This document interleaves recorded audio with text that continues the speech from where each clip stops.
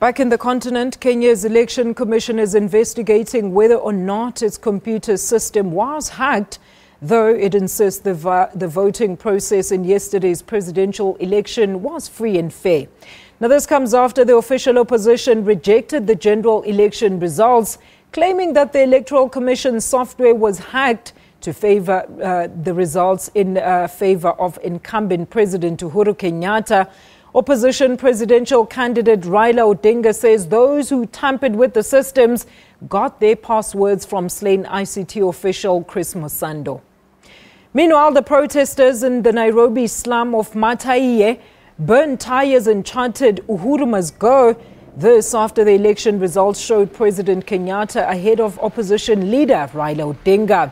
And speaking at a news conference, Odinga said hackers broke into Election Commission computer systems overnight, leading to the massive fraud. Odinga has urged his supporters to remain calm, but added that he didn't control the people. The Election Commission said the voting process was free and fair, and it was investigating whether or not its computer system was indeed hacked. Odinga's comments raised concerns of unrest over the results in Kenya, East Africa's leading economy and a regional hub. More than 1,000 people died in violence after the 2007 election.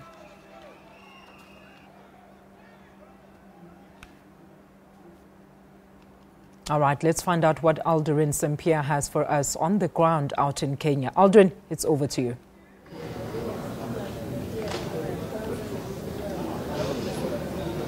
Well, we continue with our coverage of the Kenyan elections as the results keep on coming in.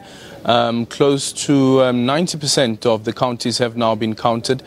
Just a couple of thousands that are left before all those results are in. And as we've been indicating, even since yesterday, since the results have been trickling in, that Uhuru Kenyatta is in the lead. And just looking at the results currently at the moment, as it stands, Uhuru is standing at 8. Let me see. Okay, I've got the wrong results here. Actually, at the county results, one of the county results, which is in Nairobi, we have the governor there, the governor candidate Mike, who is leading at about 82,000 of the votes, and then we have Kidero of ODM, and he's actually already came out and rejected the results. He's also from the ODM,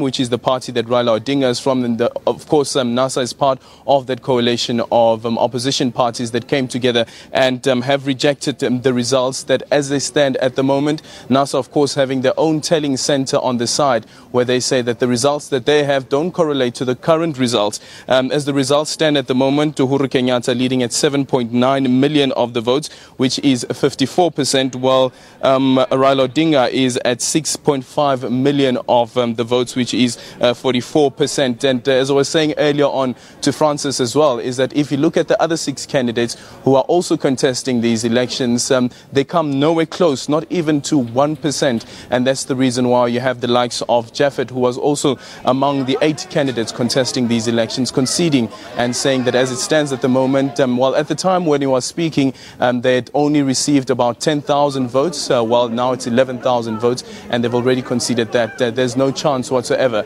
that his party will get any close to 7 million, which Uhuru Kenyatta currently enjoys. And earlier on, we saw that the stage had been set up in Nairobi for a victory, what seems to be going to be a victory party for the Jubilee party. However, though, there is a level of contestation and levels of anxiety. We're seeing reports as well that violent disruptions have broken out in areas like Kisumu and Homa Bay, where police are running battles with youth who are arguing and saying that the votes have been rigged. One can only imagine the tense talks that might be going on at the moment with the observer missions as well as the IEBC and those who are contesting these results and contesting the outcome of the results. I'm just going to step out of shot quickly just to give you an indication of there's a results center that we're at the moment. As you can see, the people who are sitting in the center there, those are right at the end. We have the party agents. The party agents also looking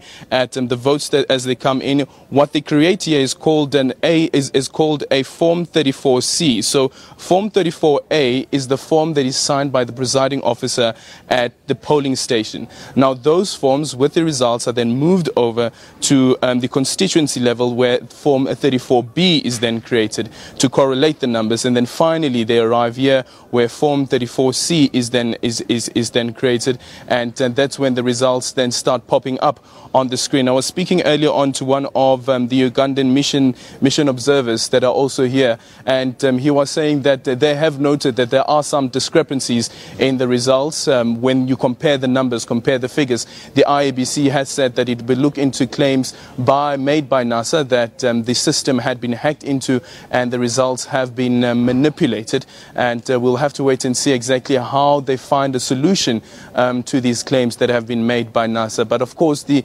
judiciary has always indicated, even before the elections, that they are ready to deal with any disputes when they come. The Interior Minister earlier on this morning as well also briefed the media and spoke to Kenyans and said that they will ensure the security, peace and stability of the country does remain. And that's the reason why, for instance, in places like Kisumu as well as Homa Bay, where you have the police running battles with these youth, that the police are trying to calm the tension. But whether that will work is something else, and we'll have to wait and see and hear what the message from Raila Odinga would be after they're done with all their meetings and after they're done trying to ascertain whether indeed the system of the IEBC has been hacked. It's back to you in studio. Thank you so much to our reporter there out in Kenya, Aldrin Sampear, giving us a sound and complete update of some of the goings on pertaining to the Kenyan election.